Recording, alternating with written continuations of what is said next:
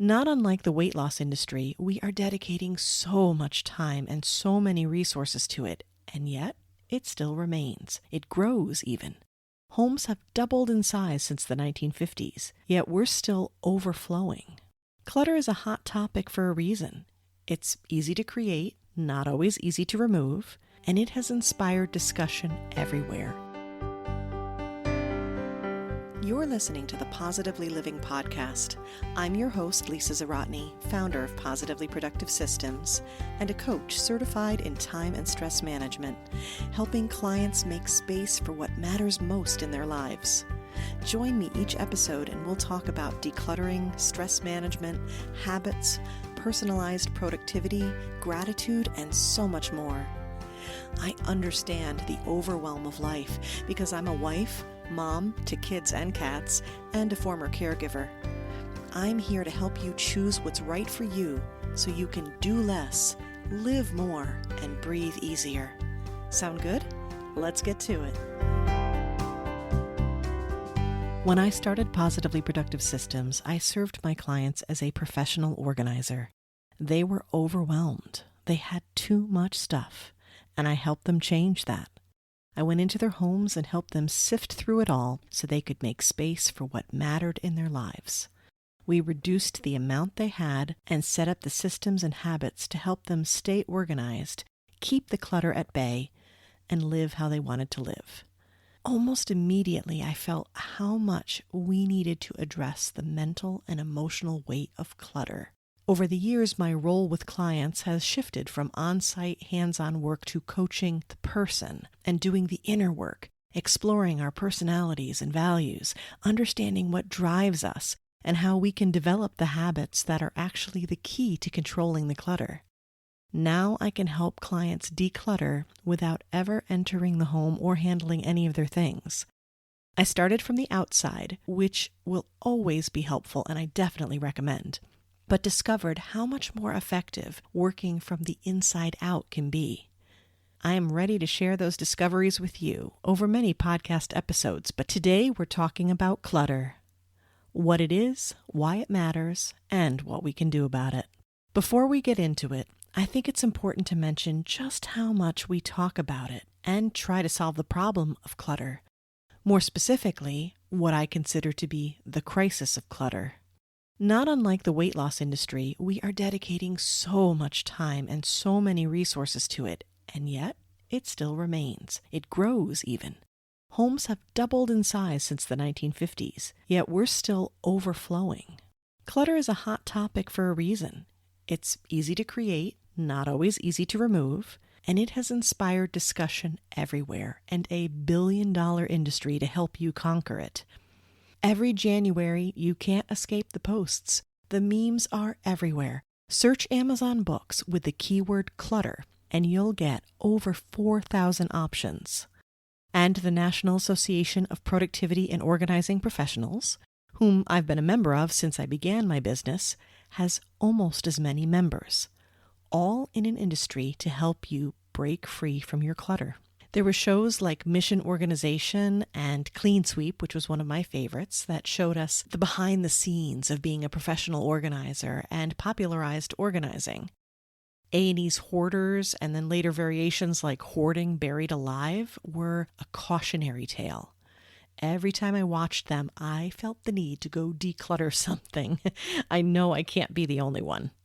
Marie Kondo is a household name for those searching for help with decluttering. And she's merely one in that 4,000 plus category of books I mentioned. So many titles have the words less and free, and it reminds us of the weight of clutter.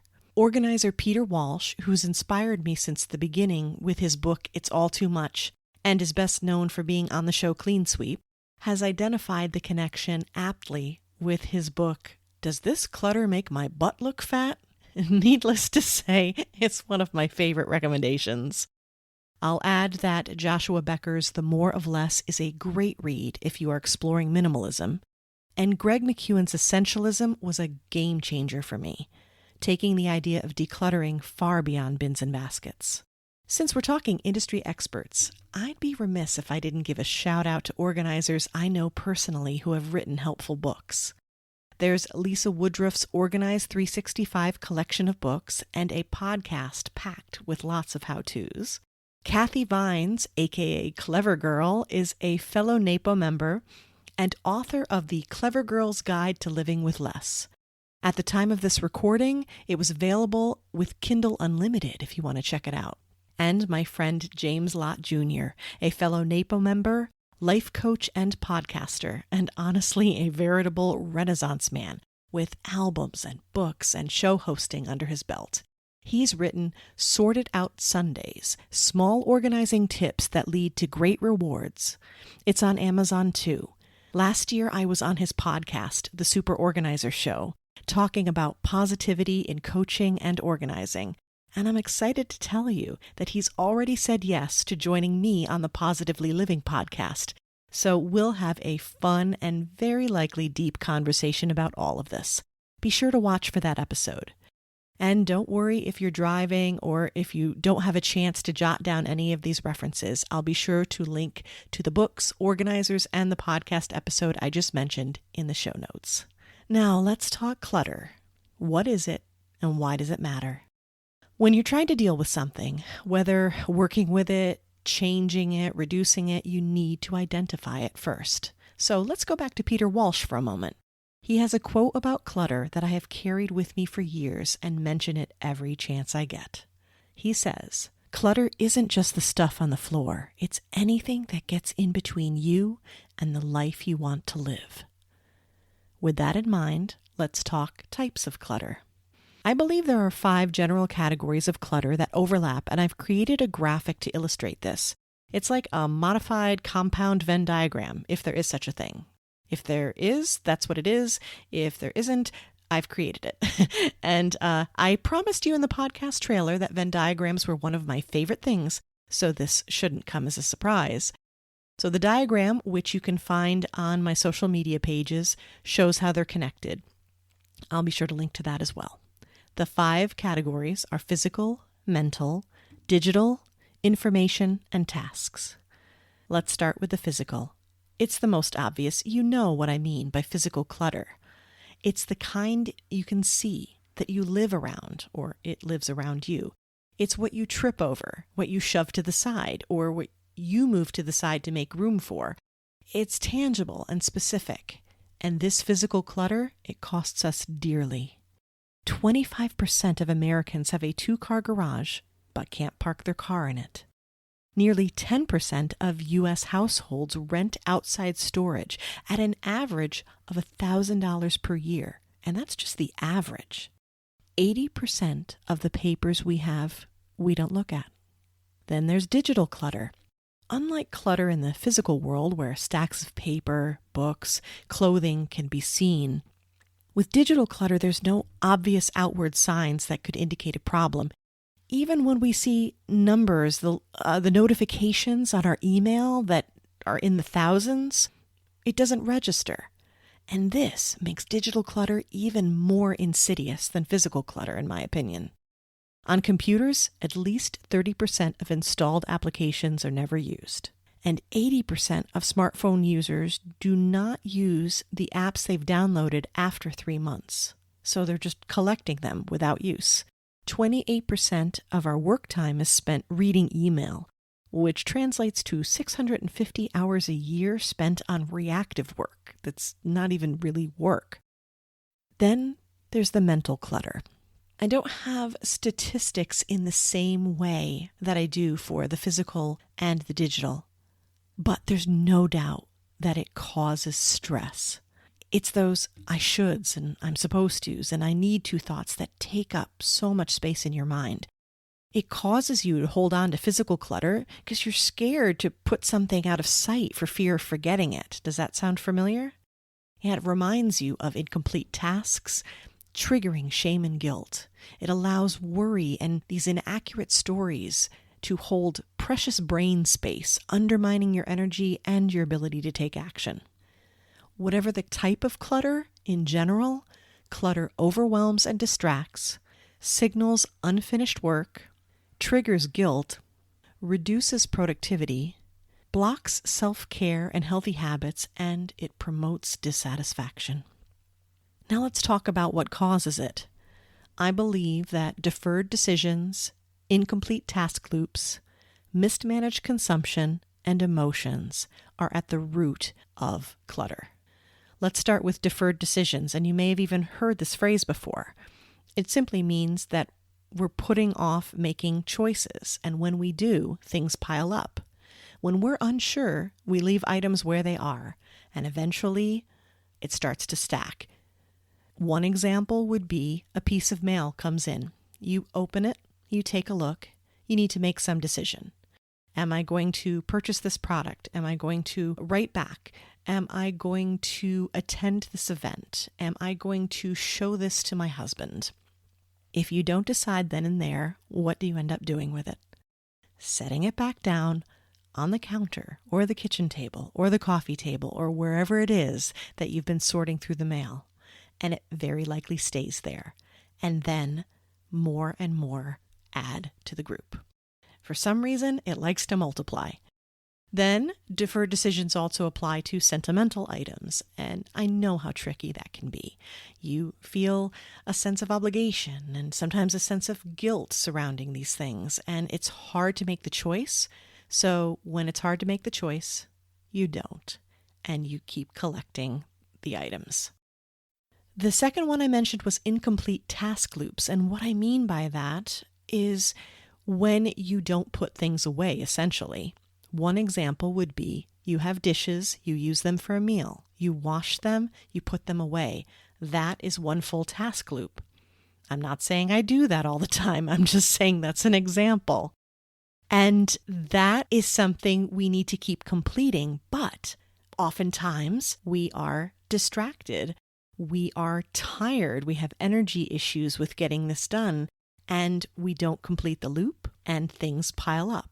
And other clutter that we have can sometimes make closing the loop more difficult. When it's not as easy to put something away, what happens? We don't put it away, and the clutter keeps piling up. The third one is mismanaged consumption. That's just a fancy way to say that we keep buying things that we already have because we can't find them.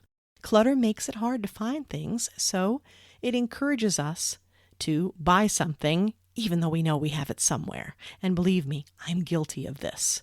When you're dealing with small items, it can seem really innocuous, but it adds up. And last but definitely not least is emotions. Fear, anger, and grief are the big players here, and they play a different role in the decision you're making or not making. Fear might be because you are afraid you might need something. Then there's fear of loss of income, which is something that I think a number of people are feeling right now. If you're concerned that you might lose your job, you don't want to let go of things that you might consider to be of value. Then there's anger, which I think really connects to resentment. There can be relationship issues, and clutter, keeping things that build up and create clutter, could be a form of protection or maybe a message that you're sending. And many times I think anger is actually this third category, which is grief. Grief is, it's one of the most powerful feelings we have, and I think that we experience it far more than we realize. Loss can make us do so many things. We keep things which can become clutter to remind us of certain times, to remind us of certain people, and not just other people, our past selves sometimes. What we keep can be a reminder of who we are and is so connected to our identity that it can be difficult to let go. What can you do about clutter? Seeing it clearly is a first step. We can become desensitized to clutter in our lives, or at the very least resigned to it. Deciding to do something about it and committing to it can sometimes be the hardest part. So if you do nothing else today, I encourage you to decide what to declutter and when. If you'd like help doing this, head to my website, positivelyproductive.com, and request my free Declutter and De-Stress workbook. I've included my custom 6-step system to help you declutter in a way that works for you. I'll quickly outline the steps now and cover them in more detail in another episode. The 6 steps spell out the word simple. Set, identify, match, pair, limit, and evaluate. To set is to set yourself up for success. Schedule, set goals, track your progress, ask for help. I is for identify. You want to create a filter for your decisions. You're identifying how you want to live, who you want to be, what purpose the space has. You want to create a guideline for what belongs and what doesn't. M is for match. You want to match things together by category to see the big picture. When you capture all the items you have in a category for sorting, which professional organizers will say like with like, that's an easy way to remember it, it allows you to properly compare and make decisions. P is for pare, as in pare down. This is when you use your filters to reduce what you have. You're removing items that don't fit either your categories that you want to keep or don't fit you or your life right now. L is for limit, which sounds similar, but actually it has to do more with the container. The size of your storage space controls how much you keep. Regardless of what your filters say in terms of what you have, you are also limited by the size of your space. E is for evaluate. You're evaluating what worked and what didn't, and also what comes in. Because as you declutter, life goes on and things will still come at you, and you want to prevent the clutter as much as possible. So this is actually a cyclical process. Once you get to evaluate, you're considering what comes in, and you're also going to go through these steps again. You can find all of this in my free workbook on my website if you'd like a visual guide to help you along. Your takeaways for today. Clutter isn't just what's in your closet. It can be in your mind and heart, on your smartphone. It causes stress and it costs you money. Investing in its removal is definitely worthwhile, but do it the right way for you. What I know for sure is that when you declutter, whether it's on your home, your head, or your heart, it is astounding what will flow into that space that will enrich you, your life, and your family. Peter Walsh. Thank you for joining me on the Positively Living podcast. Your time is precious, and I'm honored you chose to spend it with me. If you'd like more information on today's show, you can find a link to the show notes on positivelyproductive.com/podcast. If you found value in the show, please click subscribe, and even better, give a quick review on iTunes. It supports me and will help others find the show. If you'd like more positive content, come join me on social media. Positively Productive on Facebook and positively_Lisa on Instagram. Get ready for kids, cats, and all my quirky humor over there. I look forward to having you join me next episode. Until then, keep it positive and keep making space for what matters most.